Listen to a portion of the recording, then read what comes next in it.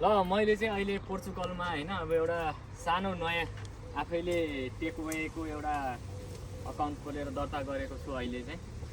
अब साथीभाइहरूलाई म के भन्न चाहन्छु भने फ्री टाइममा चाहिँ सबैजनाले एउटा आफूसँग जे साधन छ साइकलहरू अब गाडी छ भनेदेखि गाडीमा पनि गर्दाखेरि चाहिँ नराम्रो भन्ने हुँदो रहेनछ, राम्रै हुने रहेछ होइन। मैले अब लगभग आफैले खाता दर्ता गरेर तपाईँलाई अब तपाईँहरूले आफैले खाता दर्ता गरेर आफ्नै गाडीबाट चलाउँदाखेरि पनि अब हप्तामा लगभग तेल खर्चहरू कटाएर त्यति गर्दाखेरि 100 जति अब आफूले कतिको काम गर्नुहुन्छ। मैले चाहिँ पार्ट टाइम काम गर्छु यसमा होइन, गर्दाखेरि पनि तपाईँको नर्मली 100 युरो त बच्छ होइन। अब त्यसमा आफूले कतिको काम गरिन्छ भन्नेमा भर पर्छ होइन।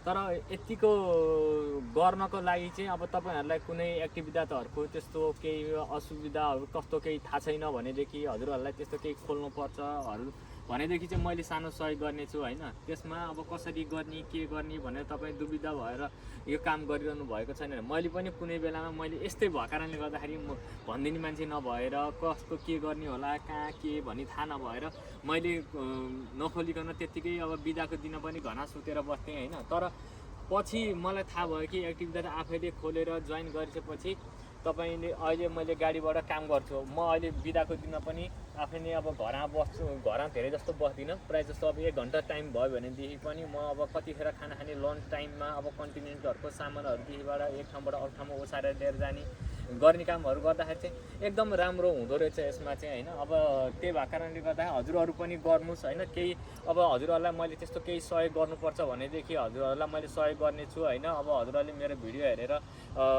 अब लाइक सेयर होइन कस्तो लाग्छ अब गर्नु होला, अब साथीभाइहरूलाई पनि भनिदिनु होला, यसो जानकारी गराइदिनु होला। केही सहयोग चाहिएमा मैले सहयोग गर्नेछु हजुरहरूलाई। पोर्चुगलमा यतिको अब आफ्नैले केही साइकलदेखिबाट बाइक एउटा सानो किनेर आफैले पनि केही गर्न सकिने रहेछ भन्ने जानकारी हजुरहरूलाई गराउँछु। र मैले चाहिँ अब काममा आजदेखिबाट मैले काम सुरु गरेको छु होइन। अब अहिले काममा लाग्ने बेला भयो, मेरो अहिले अर्डर पनि आइरहेको छ। म चाहिँ एकछिन यो अर्डरमा मैले ट्याक्क राखेर एउटा सानो भिडियो बनाउँछु र पोस्ट गर्नु पर्यो भनेर म चाहिँ यतातिर लागेको। ल है त साथीहरू, अब यस्तै सानोतिनो जानकारीहरू मैले गरिरहने छु। मेरो युट्युब च्यानललाई लाइक कमेन्ट सब्सक्राइब गरेर साथीभाइहरूबाट सबैतिर सेयर गरिदिनु होला। आगामी दिनहरूमा यस्तो भिडियो लिएर उपस्थित हुनेछु। हस्त, धन्यवाद।